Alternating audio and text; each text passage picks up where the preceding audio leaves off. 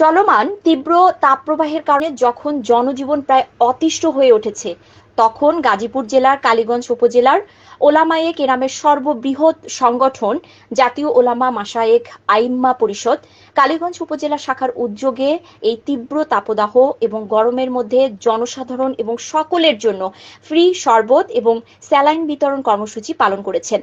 কালীগঞ্জে সোনালী bank মোড় Khodeja shopping কমপ্লেক্সের সামনে শনিবার ও রবিবার ২৭ এবং ২৮ এপ্রিল সকাল থেকে এমন উদ্যোগ নেওয়া হয়। আমাদের জাতীয় ওলামা মাশায়েখ আইম্মা পরিষদ কালীগঞ্জ উপজেলা শাখার পক্ষ থেকে আমরা গতকাল এবং আজকে তীব্র গরমের কারণে চলন্ত এবং জনসাধারণ, রিকশাওয়ালা এবং ভ্যানগাড়িওয়ালা যত মানুষ আছে সকলের জন্য ঠান্ডা এবং বিশুদ্ধ পানি, শরবত, স্যালাইন এর ব্যবস্থা করেছি। আমরা যখন শরবত খাওয়াইতেছিলাম, এক লোক এক গ্লাস শরবত পান করার পরে সে বলতেছে যে হুজুর 10টা টাকা বের করেছে।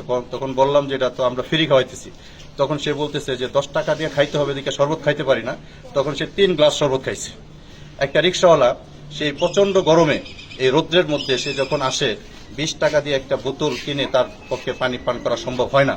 এজন্য আমরা জাতীয় ওলামা মাশায়েখ আইম্মা পরিষদ কালীগঞ্জ উপজেলা শাখার পক্ষ থেকে আমাদের দায়িত্বশীল বৃন্দ আমরা পরামর্শ করে এই সিদ্ধান্ত নিয়েছি যে মানুষকে ঠান্ডা পানি পান করাবো, যাতে তাদের তৃষ্ণাটা নিবারণ হয়।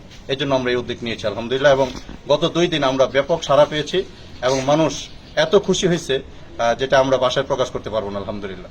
এবং সকলে বলতেছে, আজকেও কয়েকজনে বলছে যে হুজুর আবার কবে করবেন।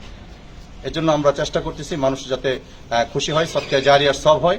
সদকা জারিয়াই আমাদের মূল উদ্দেশ্য, আল্লাহকে খুশি করা, মানুষের অন্তর যাতে ঠান্ডা হয়।